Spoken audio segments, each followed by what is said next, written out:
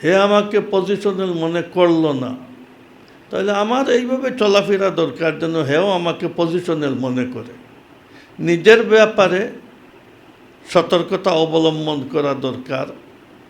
আরেকজনে আমাকে মূল্যায়ন করলো না, তার কাছে আপনি মূল্যায়নের এই হাইসিয়ত তার কাছে নাই, কিংবা এইটা আর কিংবা সুপরিকল্পিতভাবে সে আপনাকে এতটুকু মর্যাদা দিতে চায় না। যদি তার কাছে মূল্যায়ন না থাকে তাহলে আপনি মূল্যবান হওয়ার চেষ্টা করেন, আরেকদিন পজিশন দিবে। আর সে ইচ্ছাকৃতভাবে করে তাহলে স্বাভাবিক অবস্থায় থাকেন। মুখতলিফ মানুষ মুখতলিফ আন্দাজে চলাফেরা করে, এক একজনের কাছে এক একজনের আজমত হরমত বেশি, অন্যজনের আজমত হরমত কম। এটাকে স্বাভাবিক অবস্থায় নেই, এটাকে মওজুয়ে বহাস বানাবো না। যে যে ধরনের ব্যবহার করুক স্বাভাবিক অবস্থা। এটা আমাদের মধ্যে বিশাল এক রোগ। এই রোগে পার্টি ভাঙ্গে, এই রোগে পরিবার ভাঙ্গে, মহল্লা ভাঙ্গে। সামনে কঠিন পরিস্থিতি। গতকালকে আমরা দেখলাম যে ইনকালাব মঞ্চের আহ্বায়ক শরীফ ওসমান হাদিকে অ্যাটাক করা হলো, গুলি করা হলো। কি হয়, নির্বাচনের তফসিল ঘোষণা হওয়ার পরে এইরকম পরিস্থিতির উদ্ভব হবে আমরা এটা কখনো প্রত্যাশা করিনি। আমাদের দাবি এই স্মরণসভা থেকে যে হামলার পিছনে যারা আছে এবং পিছনের পেছনে যারা কলকাঠি নাড়ছে তাদেরকে অনতিবিলম্বে শনাক্ত করে আইনের আওতায় আনতে হবে। এটা আমাদের দাবি। আমরা চাই না তফসিল ঘোষিত হওয়ার পর বাংলাদেশের পরিবেশ কোনো রকম হযবরল অবস্থা তৈরি হোক এবং পরিকল্পনা করে নির্বাচন বানচালের কোনো ক্ষেত্র তৈরি করা হোক, এটা আমরা বরদাস্ত করতে পারবো না। জমিয়ত উলামা ইসলাম বাংলাদেশ একটি সুন্দর, একটি উৎসবমুখর পরিবেশে একটা ফ্রি অ্যান্ড ফেয়ার গ্রহণযোগ্য নির্বাচন চায়। এর জন্য যত রকম পরিবেশ দরকার পরিবেশগুলো সৃষ্টি করা নির্বাচন কমিশনের দায়িত্ব। আমরা মনে করি আমরা এই রকম অরাজকতার পিছনে যারা আছে তাদেরকে দ্রুত আইনের আওতায় না আনলে সেই কাঙ্ক্ষিত পরিবেশ তৈরি হবে না। নিয়ত করি যে আমরা এগুলো আমল করার চেষ্টা করব। অনেক ফিতনা আর অনেক গুনাহ সর্জদ হয়। মানুষ যে সময় প্রেস্টিজের মোতালবায় থাকে, হ্যাঁ, আমার সাথে এই আচরণ করা হইল, আমার নাম ফলনা জায়গায় দেওয়া হইল, আমাদের মা বাইন, এটা গ্রামের মানুষের মধ্যে এই ফিতনা নাই। এক এক মা হাওলার পরিবেশে এক এক ধরনের ফিতনা। আমাদের মধ্যে এই এক ফিতনা আছে, নিজের প্রেস্টিজ, নিজের ওয়েট, পজিশন, এইগুলাতে তো মাথা ঠাতা ঠিক রাখা যায় না, এমন অবস্থা। সাহাবায়ে কেরামের হযরত আব্দুল্লাহ ইবনে মাসউদ রাদিয়াল্লাহু তাআলা আনহু যে সিফত বয়ান করেন, এর মধ্যে এক সিফত আকাল্লাহা তাকাল্লুফা, কোনো তাকাল্লুফ ছিল না। এর বাইয়িন এক মজহর ছিলেন হযরত মাওলানা আব্দুল কুদ্দুস সাহেব রহমতুল্লাহি আলাইহি, যেটা সবের বয়ানে ওনার এই কথাটা আসছে। বিভিন্ন আলফাজে আমাদের বক্তারা তাবির করেছেন। আকাল্লাহা তাকাল্লুফা, কোনো তাকাল্লুফ ছিল না। নিজেকে উনি বড় এক পজিশনাল মানুষ মনে করতেন না। যে যে ধরনের ব্যবহার করুক কলব মুতাআসসির হইত না, স্বাভাবিক অবস্থা। এটা আমাদের মধ্যে বিশাল এক রোগ। এই রোগে পার্টি ভাঙ্গে, এই রোগে পরিবার ভাঙ্গে, মহল্লা ভাঙ্গে। যার কারণে মাওলানা আব্দুল কুদ্দুস সাহেবের জীবনীটা কি এক আসর, এইটা আমাদের নগদ নগদ নেওয়া দরকার, স্বাভাবিক অবস্থায় চলব। একটা জিনিস জেহেনে রাখতে হবে, আপনি আপনাকে খুব পজিশনাল মনে করেন, কিন্তু এক পরিবেশে আপনাকে এতটুকু পজিশনাল মনে করে না, তাহলে আপনার আমার এই মাথা ব্যথা কেন হবে? হে আমাকে পজিশনাল মনে করলো না, তাহলে আমার এইভাবে চলাফেরা দরকার যেন হেও আমাকে পজিশনাল মনে করে। নিজের ব্যাপারে সতর্কতা অবলম্বন করা দরকার। আরেকজনে আমাকে মূল্যায়ন করলো না, তার কাছে আপনি মূল্যায়নের এই হাইসিয়ত তার কাছে নাই, কিংবা এইটা, আর কিংবা সুপরিকল্পিতভাবে সে আপনাকে এতটুকু মর্যাদা দিতে চায় না। যদি তার কাছে মূল্যায়ন না থাকে তাহলে আপনি মূল্যবান হওয়ার চেষ্টা করেন, আরেকদিন পজিশন দিবে। আর সে ইচ্ছাকৃতভাবে করে তাহলে স্বাভাবিক অবস্থায় থাকেন। মুখতলিফ মানুষ মুখতলিফ আন্দাজে চলাফেরা করে, এক একজনের কাছে এক একজনের আজমত হরমত বেশি, অন্যজনের আজমত হরমত কম। এটাকে স্বাভাবিক অবস্থায় নেই, এটাকে মৌজুয়ে বহাস বানাবো না। মৌলানার গুণ পড়াইতেন, পড়ছেনও তাহকিকিভাবে। ওনারা দিয়াবাই এই তাহকিকি পড়া পড়ছেন। আকাবিরের আজমত ওনাদের দিয়াবাইয়ের কলবের মধ্যে আকাবিরের আজমত। হযরত মুফতি সাহেবের কাছে বয়াত হইলেন পড়ার জমানায়। আমাকে ওনার এক সাথী একদিন বললেন, এটা প্রথম বয়াত করছেন আর এরপরে সলুকের লাইনে মেহনত করতেছেন। আব্দুল কুদ্দুস সাহেব ওই ফ্লোরের উপরে, আজকালকের ফ্লোর না, এটা ওই আপনার লাল পাথরের ফ্লোর ছিল। এখন তো আপনার মার্বেল পাথর লাগানো হয়েছে, লাল পাথরের আপনার ফ্লোর ছিল। ওইখানে এমনি ঘুমাই পড়ছেন। তো ওনার এক সাথী বলল যে উনি ঘুমে আমি ওনার শরীর থেকে পাশান পাশের আওয়াজ শুনতেছি। আপনার লফজে আল্লাহর আওয়াজ ওনার শরীর থেকে বাইরে হইতেছে। জিকিরের এক পর্যায়ে গেলে এইভাবে হয়। কারো কারো শ্বাসে পরিষ্কার বোঝা যায় আল্লাহ আল্লাহ করতেছে, কারোর অঙ্গটা কি জিকিরের বাহির হয়। যে সময় এইগুলা আইনে টাইমে মুজাহাদা হয়, তো ওই সময় এই ধরনের কিছু কৈফিয়ত হয়। মৌলানা আব্দুল কুদ্দুস সাহেব আপনার অনেক মুজাহাদা করছেন। জিন্দগিতে কোনো আসাতেজাদের সাথে জিন্দগিতে কোনো দিন কোনো সুইয়া আদবের কিচ্ছু হয়নি। হাটহাজারিতেও উনি সারা মাদ্রাসার আপনজন ছিলেন, প্রত্যেক উস্তাদের মুতামাদ আলাইহি ছিলেন। আর দারুল উলুম দেওবন্দে জিনাদের সাথে আসা যাওয়া করতেন, সবার কাছে মুতামাদ আলাইহি ছিলেন। আমি তো মৌলানা আব্দুল কুদ্দুস সাহেবকে মজলিসে পাইলে আমার কলব এত আনন্দিত হইত, মৌলানাকে দেখলেই আমার কলবে এক ইতমিনান আসত। কোনো মজলিসে উনি না থাকলে এটা একটা খলা মাহসুস করতাম। এমনি কলবি তাআল্লুক অনেক।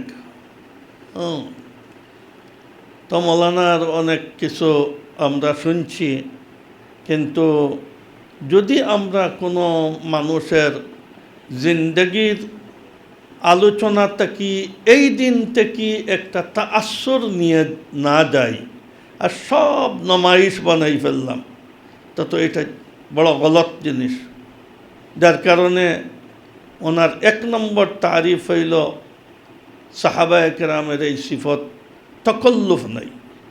যার কারণে আমরা বেতকল্লুফি জিন্দগি করি, স্বাভাবিক অবস্থায় চলাফেরা, মানুষের সাথে হুসনে সলুক, মানুষের কোনো খারাপ আচরণে কোনো তাআসসুর না নেওয়া। এই ধরনের জিনিস যদি আমরা করতে পারি তাহলে সংগঠন প্রতিষ্ঠান বহু ফিতন থেকে মাহফুজ থেকে যাবে। আমরা এখন নামাজের টাইম হয়ে গেছে, আমরা মুখতসরভাবে সবাই 3 বার সূরা ইখলাস পড়ে নেই, মৌলানার রুহের উপরে ইসালে সওয়াব করে মুখতসর দোয়া করে নিই, তারপর নামাজ পড়ব। এইরকম স্মৃতিচারণ করবার মতো অনেকগুলো বিষয় আছে।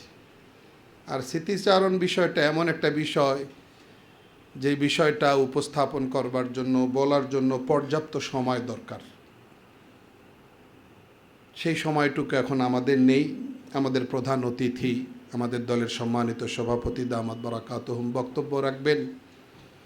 দীর্ঘ সময় নিয়ে আলোচনা কখনো যদি করবার সুযোগ হয় তখন আমরা চেষ্টা করব। সংক্ষেপে এতটুকু যে পরিবার বলুন, সংগঠন বলুন, রাষ্ট্র বলুন, প্রতিষ্ঠান বলুন, সর্বক্ষেত্রে আমরা অনেক রকম উসলুব আসালিব, অনেক রকম অ্যাক্টিভিটিস, অনেক রকম তৎপরতা দেখি। একজন মানুষের ভিতরটা যখন সাফ হয়, সাদা হয়, পরিষ্কার হয়, স্বচ্ছ হয়, তখন তার সঙ্গে চলাফেরাটা একরকম। আর একজন মানুষের ভিতর বাহিরে যখন দুই রকম রূপ হয়, তখন তার সাথে চলাটা হয় আর এক রকম। এটা সর্বক্ষেত্রে। আমি মানব জীবনের 4টা জায়গার কথা বললাম: পরিবার, প্রতিষ্ঠান, সংগঠন, রাষ্ট্র। এই ক্ষেত্রগুলোতে, জায়গাগুলোতে ভিতর বাহির দুই রকম হলে, দুই রূপ হলে তার সঙ্গে চলাফেরাটা একরকম। আর ভিতর বাহির একরকম, সাদা সাদা, তার সাথে চলাফেরাটা আরেক রকম।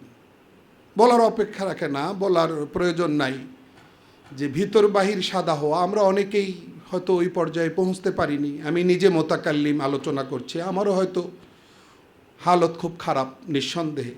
কিন্তু যার স্মৃতিচারণ করছি, যে কোনো বিষয়ে বিতর্কে, একটা বিষয় নিয়ে বিতর্ক করেছি, একটা বিষয় নিয়ে আলোচনা করেছি, ডিসকাশন হয়েছে, তিনি আমার উপর রাগ করেছেন, আমি তার উপর একটু অভিমান করেছি, হতে পারে, চলাফেরায় হতে পারে। কিন্তু পরবর্তীতে কখনোই হজরত মাওলানা আব্দুল কুদ্দুস কাসিমি রহমতুল্লাহ আলীর কাছে কোনো প্রভাব লক্ষ্য করা যায়নি।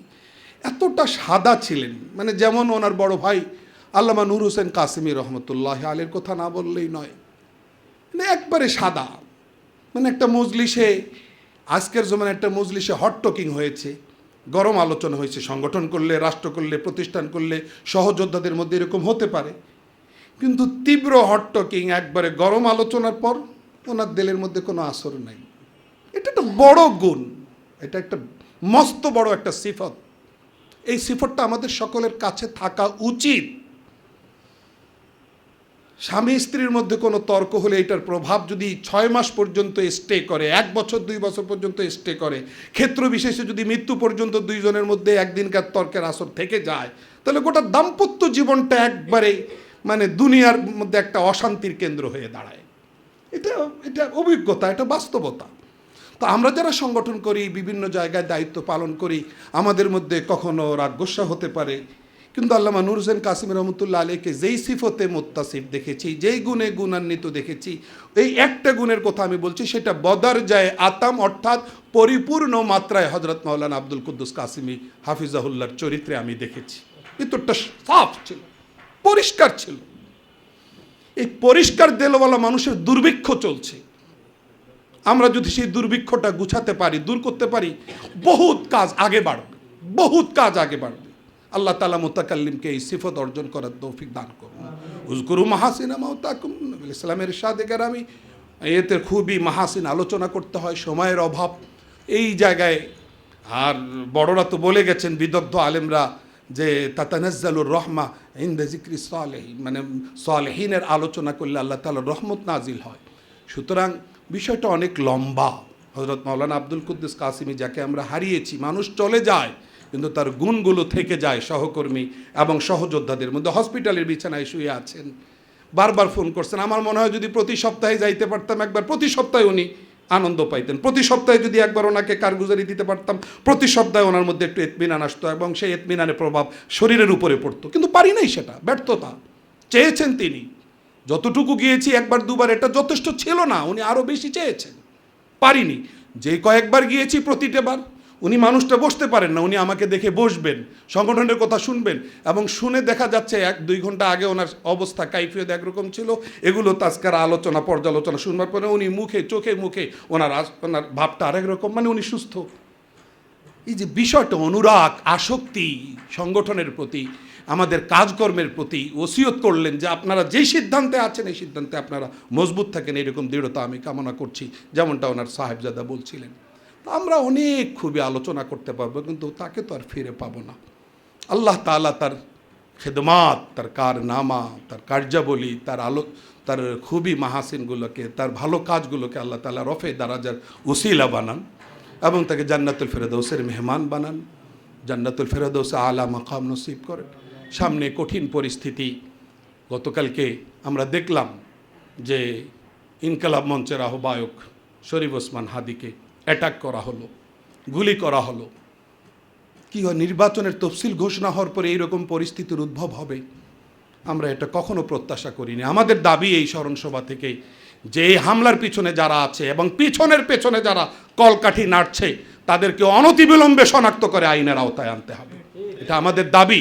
আমরা চাই না তফসিল ঘোষিত হওয়ার পর বাংলাদেশের পরিবেশ কোনো রকম হযবরল অবস্থা তৈরি হোক এবং পরিকল্পনা করে নির্বাচন বানচালের কোনো ক্ষেত্র তৈরি করা হোক, এটা আমরা বরদাস্ত করতে পারবো না। জমিয়ত উলামা ইসলাম বাংলাদেশ একটি সুন্দর, একটি উৎসবমুখর পরিবেশে একটা ফ্রি অ্যান্ড ফেয়ার গ্রহণযোগ্য নির্বাচন চায়।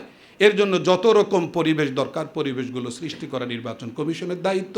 আমরা মনে করি আমরা এই রকম অরাজকতার পিছনে যারা আছে তাদেরকে দ্রুত আইনের আওতায় না আনলে সেই কাঙ্ক্ষিত পরিবেশ তৈরি হবে না। আল্লাহ তাআলা আমাদের সকলকে কবুল করুন।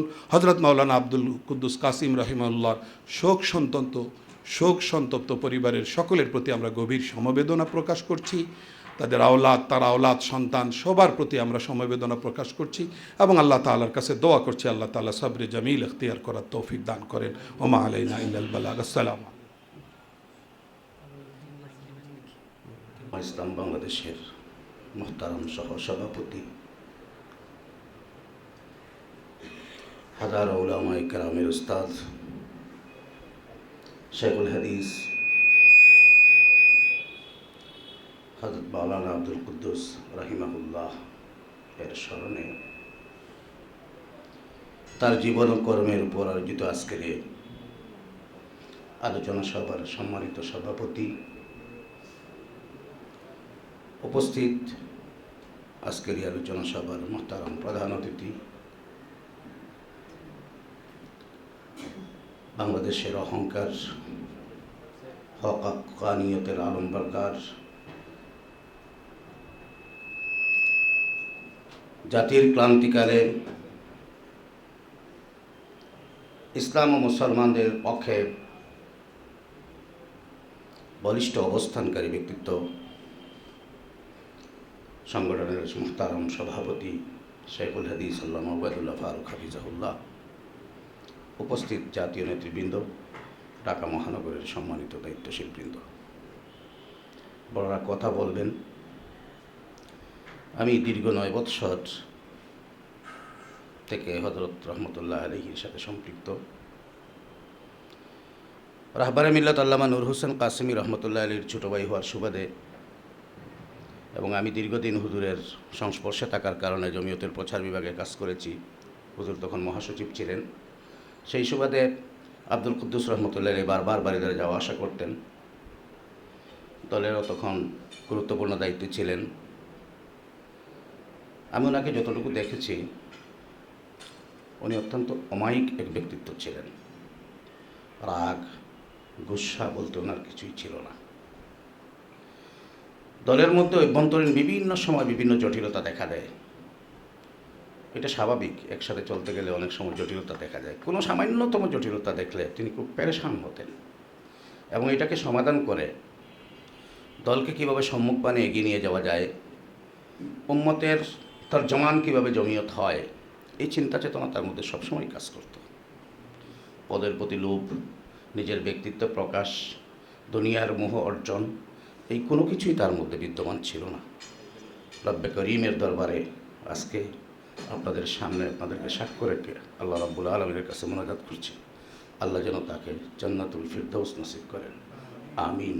ওয়া আখিরু দাওয়ানা আলহামদুলিল্লাহি রাব্বিল আলামিন। এ পর্যায়ে সংক্ষিপ্ত আলোচনা নিয়ে আসছেন জমিয়তে উলামা ইসলাম বাংলাদেশের সংগ্রামী সহকারী মহাসচিব, ঢাকা মহানগর উত্তরের সংগ্রামী সভাপতি হযরতুল আল্লাম উস্তাজুল আসাতিজা হযরতুল আল্লাম মকবুল হোসাইন কাসেমী দামাত বরকাতুহু।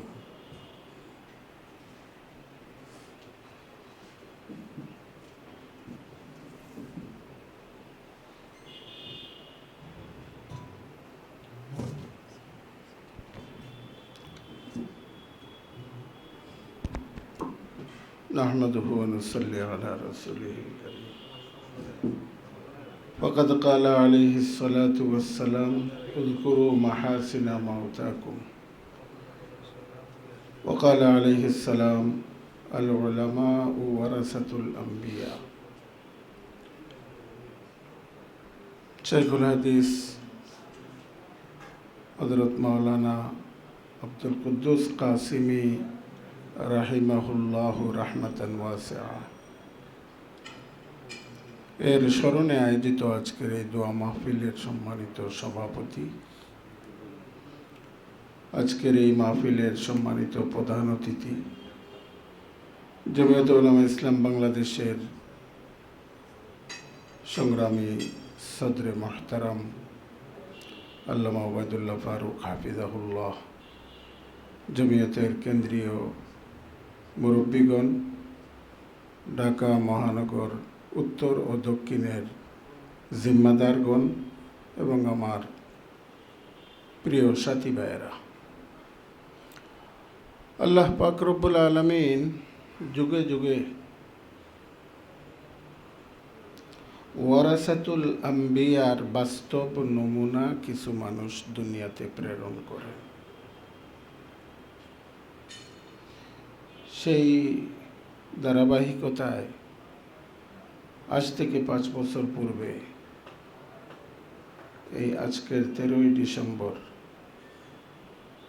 রাহবারে মিল্লাত আল্লামা নূর হোসেন কাসিমি রহমতুল্লাহ আলাইহি আল উলামা ওয়ারাসাতুল আম্বিয়ার বাস্তব নমুনা হিসাবে নিজেকে জাতির কাছে রেখে দুনিয়ার থেকে বিদায় নিয়ে গেছেন। আর 5 বছর পরে ওনারই ছোট ভাই হযরত মাওলানা আব্দুল কুদ্দুস কাসিমি রহমতুল্লাহ আলাইহি আমাদের মাঝ থেকে দুনিয়ার থেকে বিদায় নিয়ে গেছেন। আল উলামা ওয়ারাসাতুল আম্বিয়া কিসের ওয়ারিস? যদিও হাদিসে বলা হয়েছে ওয়ারাসুল ইলমা, তো মূলত আম্বিয়া কেরাম আলাইহিমুসসালামের মিশন এবং ভীষণ মাকাসিদে বেরসেতে নবুয়ত যেগুলা, সেইগুলোরই তো ওয়ারিস হবেন। আম্বিয়া কেরামের বেরসতের মাকাসিদ কোরআনে কারীমের মধ্যে আল্লাহ পাক উল্লেখ করছেন তিলাওয়াতে আয়াত, তাজকিয়া নফস, তালিমে কিতাব, তালিমে হিকমত। এই 4টার হামিল ছিলেন হযরত মাওলানা আব্দুল কুদ্দুস কাসিমি রহমতুল্লাহ আলাইহি। হযরতের মধ্যে কোরআনে কারীমের তেলাওয়াতের খুব বেশি শখ ছিল এবং এটার উপরে আমল করে গেছে তেলাওয়াতে আয়াতের। হযরত মাওলানা আব্দুল কুদ্দুস কাসিমি সাহেব রহমতুল্লাহ আলাইহি সহ আসলে শাইখুল হাদিস জাকারিয়া রহমতুল্লাহ আলাইহির সিলসিলায় যারা আছেন, বিশেষভাবে একটা বৈশিষ্ট্য হলো তিলাওয়াতে কোরআনের।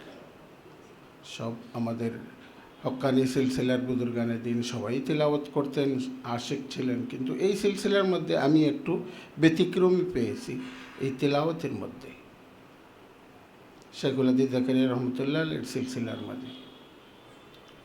তো উনি তো সেই সিলসিলা ছিলেন, এই জন্য এই নমুনাটা ওনার মধ্যে ছিল তেলাওয়াতে আয়াতের। তাজকিয়ায়ে নফসেরও ছিল।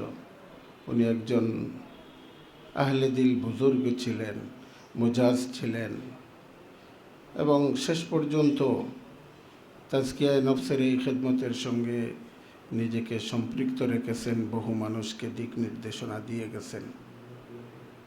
এটা তো সদকায়ে জারিয়া হিসাবে চলবে। আর তালিমের মধ্যে তো উনি নিজেকে নিয়োজিত রাখছেনই। উনি শাইখুল হাদিস ছিলেন, কয়েক মাদ্রাসায় বুখারী শরীফ পড়াতেন, বহু শাগরিদ গড়ে গেছেন, বহু হিতাকাঙ্ক্ষী গড়ে গেছেন, যারা উনি দুনিয়া থেকে চলে যাওয়ার পরে সদকা হিসাবে কাজ করে যাবেন। আমি ওনাকে সবচেয়ে যে জিনিসের জন্য মিস করতেছি সেটা হলো আম্বিয়া কেরাম আলাইহিমুসসালামের দিলের মধ্যে যে ব্যথা বেদনা উম্মতের ছিল, ওইটারও উনি পুরোপুরি ওয়ারিস ছিলেন। উম্মতের ব্যথা বেদনা, যে ব্যথা বেদনার কারণে আল্লাহ তাআলার পক্ষ থেকে আমাদের নবীকে সান্ত্বনা দেয়া হয়েছিল যে আপনি কি আপনার জান শেষ করে ফেলবেন। আমাদের আল্লামা নূর হোসেন কাসিমি রহমতুল্লাহ আলাইহি এই ওয়াসফের জিন্দা নমুনা ছিলেন। ওনাকেও আমরা সান্ত্বনা দিলাম যে আপনি কি আপনার জান শেষ করে ফেলবেন? আপনি এই অন্তিম সময়েও উম্মতের জন্য ফিকির করতে করতে আপনার জান শেষ করে ফেলবেন? কিন্তু উনি ফিকির করেই গেছেন। ঈদের দিন আল্লাহর বান্দা মানে ঈদ আনন্দ কি জিনিস এটা চিন্তা করতেন না, উনি উম্মতের ব্যথা বেদনা নিয়ে কাজ করতেন। এগুলোর তো অনেক ঘটনা আছে আমাদের চোখের সামনে। আল্লামা আব্দুল কুদ্দুস কাসেমী রহমতুল্লাহ আলী উনিও এই উম্মতের ব্যথা বেদনা নিয়ে কাজ করার, নিজের কোনো স্বার্থ নেই, নিজের কোনো নাম শোহরত নেই, নিজের আরামের কোনো খেয়াল নেই, এই একটা ফিকির নিয়ে, উম্মতের দরদ নিয়ে, ছাত্রদের দরদ নিয়ে, দ্বীনের দরদ নিয়ে সিয়াসি কাজ, মাদ্রাসার কাজ, দ্বীনি কাজ, যে কোনো এহকাকে হক, এবতালে বাতিলের কাজ, এই কাজের মধ্যে তিনি ঝাঁপাইয়ে পড়তেন। আমি আহ্বান জানাবো, আজকে হযরত নেই আমাদের মাঝে, কিন্তু আমরা এই ওয়াসফের হামিল হয়ে যাই। আমরাও উম্মতের ব্যথা বেদনা নিয়ে কাজ করার, অর্থাৎ আমার ব্যক্তিগত কাজ, আমার পারিবারিক কাজ, আমার দৈহিক আরামের কাজ, এগুলোকে পিছনে রেখে উম্মতের ব্যথা বেদনায় যেন আমরা দ্বীনের স্বার্থে অগ্রসর হই এবং আন্তরিকভাবে কাজ করি। এটা যদি করি তাহলে হযরতের এই স্মরণ সভাটা আমি মনে করি সার্থক হবে।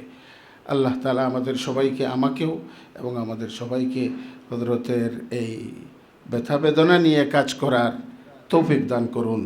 ওয়া আখিরু দাওয়ানা আলহামদুলিল্লাহি রাব্বিল আলামিন। বিসমিল্লাহির রহমানির রহিম। ওমা মুহাম্মাদুন ইল্লা রাসূল ক্বাদ খালাত মিন ক্বাবলিহির রুসুল আফা ইম্মাতা আও কুতিলা ইনকালাবতুম ইলা আখিরিল আয়া। وقال رسول الله صلى الله عليه وسلم اذكروا محاسن موتاكم صدق الله مولانا العظيم وصدق رسوله النبي الكريم وعلى آله وصحبه أجمعين أما بعد। জমিয়তে উলামা ইসলাম বাংলাদেশের কেন্দ্রীয় মজলিসে আমেলার মোহতারাম সহসভাপতি এবং জমিয়তে উলামা ইসলাম বাংলাদেশের খাস কমিটির অন্যতম সদস্য, জমিয়তে উলামা ইসলাম বাংলাদেশ ঢাকা মহানগর দক্ষিণের সংগ্রামী সভাপতি, প্রখ্যাত আলেমী দ্বীন শেখুল হাদিস হযরত মাওলানা আব্দুল কুদ্দুস কাসেমী রহমতুল্লাহি তাআলা আলাইহির আজকের জীবন ও কর্ম শীর্ষক সেমিনার এবং দোয়া মাহফিলের মোহতারাম সভাপতি, উপস্থিত আজকে আমাদের মাঝে আমাদের সকলের এবং দেশ এবং জনগণের আধ্যাত্মিক রাহবর, কায়েদ মিল্লাত, সদরে জমিয়ত হযরত আল্লাম হযরত মাওলানা ওবায়দুল্লাহ ফারুক কাসেমী দামাত বারাকাতুহুল আলিয়া এবং দলের অন্যান্য কেন্দ্রীয় এবং মহানগরের দায়িত্বশীল নেতৃবৃন্দ, সুধীমণ্ডলী, যার আলোচনায় আমরা এখানে একত্রিত হয়েছি, আমরা সকলে ওনাকে চিনি, জানি এবং অনেকে অনেক কাছ থেকে ওনাকে জানি। আমি ওনাকে চিনি সেই ছাত্র জীবন থেকে। মালিবাগে যখন 86-87 ওই সময় পড়ি, তখন হুজুর চৌধুরীপাড়া মাদ্রাসার মোহতামেম ছিলেন। যাতায়াত ছিল নূর হোসেন কাসেমী রহমতুল্লাহ আলের ভাই হিসাবে আমরা সম্মানের নজরে দেখতাম। তো আমার কাছে সবচেয়ে অবাক লাগতো যে আমি ওনাকে যতটুকু না চিনতাম, তিনি আমাকে যেন এর চেয়ে তার অনেক বেশি চিনতেন। আমি যতটুকু ওনাকে সম্মান দিতে না পারতাম, তিনি যেন তার চেয়ে আরও অনেক বেশি আমাকে স্নেহ করতেন। এবং মাঝখানে অনেক দিন দেখা সাক্ষাৎ হয় না, তো সাধারণত দীর্ঘদিন দেখা সাক্ষাৎ না হলে ভুলে যাওয়ারই কথা, যেহেতু ওরকম গভীরভাবে মিশি নাই।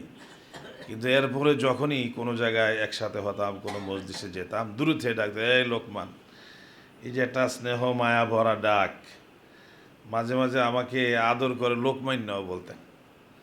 তো এটা কতটুকু স্নেহ করলে উনি এভাবে বলতে পারতেন।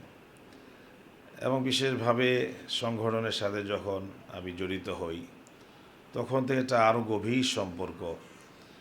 তো ওনার সাথে দীর্ঘদিন চলাফেরা এবং সফরে হজরে যা পেয়েছি, যে উনি আমাদের থেকে বেশ অনেক সিনিয়র, কিন্তু ওনার মধ্যে সেই ভাবটা উনি কখনো দেখাইতেন না। আমাদের সাথে একদম বন্ধুসুলভ আচরণ।